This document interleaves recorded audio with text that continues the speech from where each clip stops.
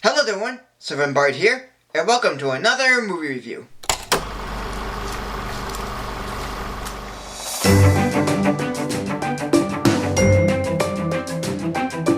Well, I got a request from Droopy to review another movie he cameoed in.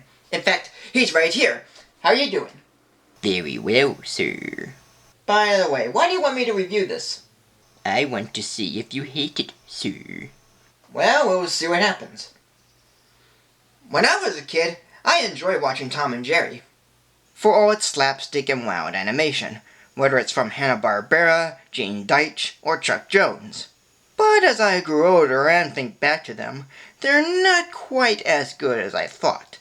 They mostly have the same routine, have good endings, have bad endings, have questionable endings, have Tom and Jerry be friends, have nonsensical moments, have Tom talk once in a while, do repeats of previous cartoons. It's all over the place. However, their first feature film together is, believe it or not, how I was introduced to them. Really, sir? Yes, really. And this film is entitled Tom and Jerry, the movie.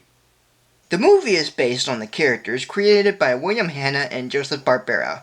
And since this film's release, other Tom and Jerry films followed, but only to DVD release, and are mainly featured in adaptations of popular stories.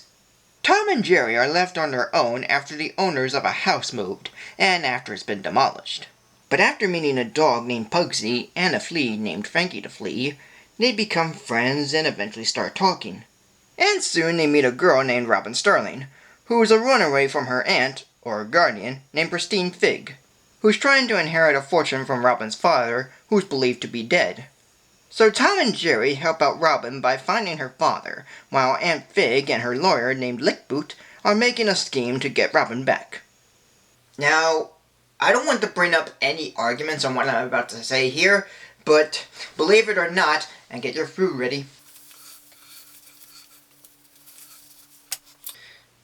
I actually kind of enjoyed this film.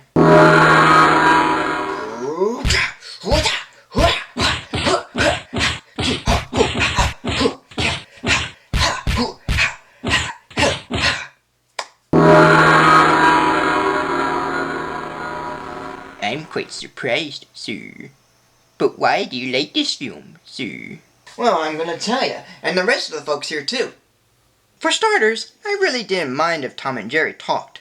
And as someone who was introduced to this duo through this film, I can safely say that I find it to be a delight. I mean, Tom did talk in the cartoons, but it's mostly done as a joke, where everything else is just pantomime. And of course there are moments in the film where Tom and Jerry do their shtick without talking, and the first 10 minutes is like one of their cartoons. Now why the filmmakers have them talk, I'm not sure. Maybe it's because pantomime is pretty hard to do for a feature film than a short film, so dialogue has to be added to explain what the story is and where it goes. That way it won't be confusing and boring.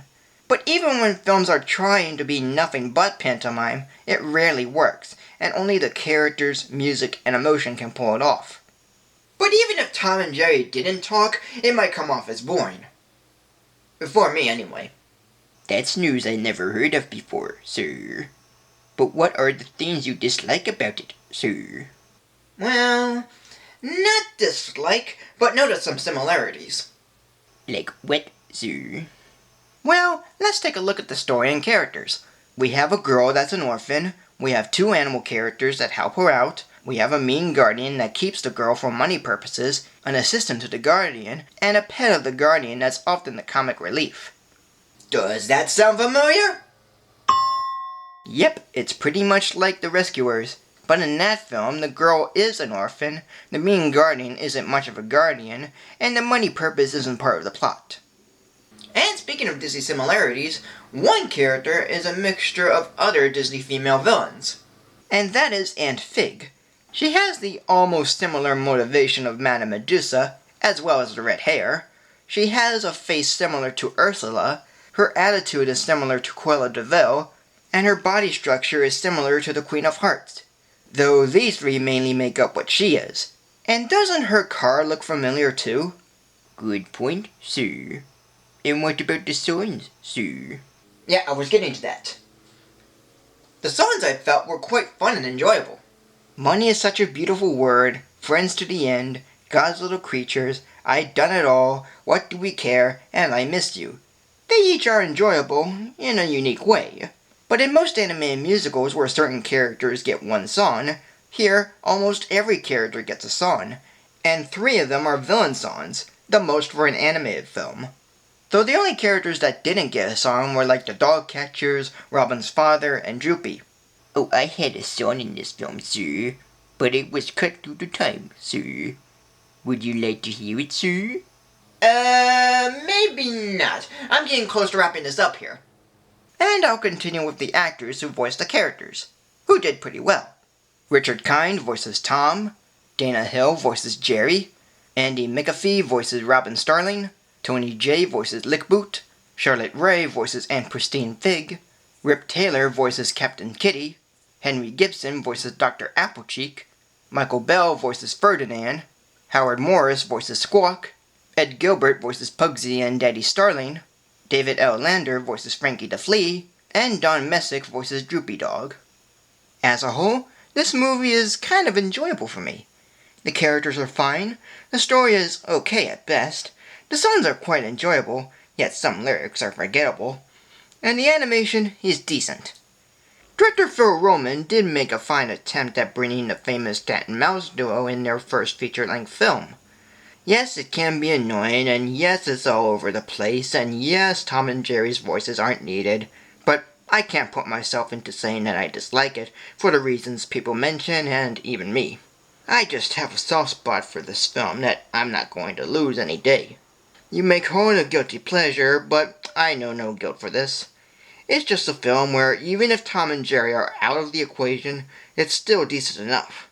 I know everyone hates it, but I can't help but like it myself.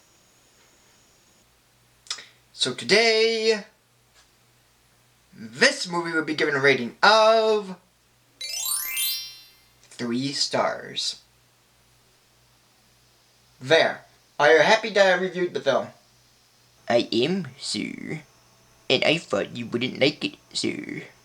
Well, I liked it as a kid, and I still do. But it doesn't hold up well, sir. But did you even like it? I'm not quite sure, sir. Well, then give it a watch again and see what happens. Very well, sir. And that is it. So thank you for joining me. Like, comment, subscribe. Follow me on Facebook or Twitter. And until next week for a new video. I believe Tom and Jerry hate it too, sir. Will you just go already?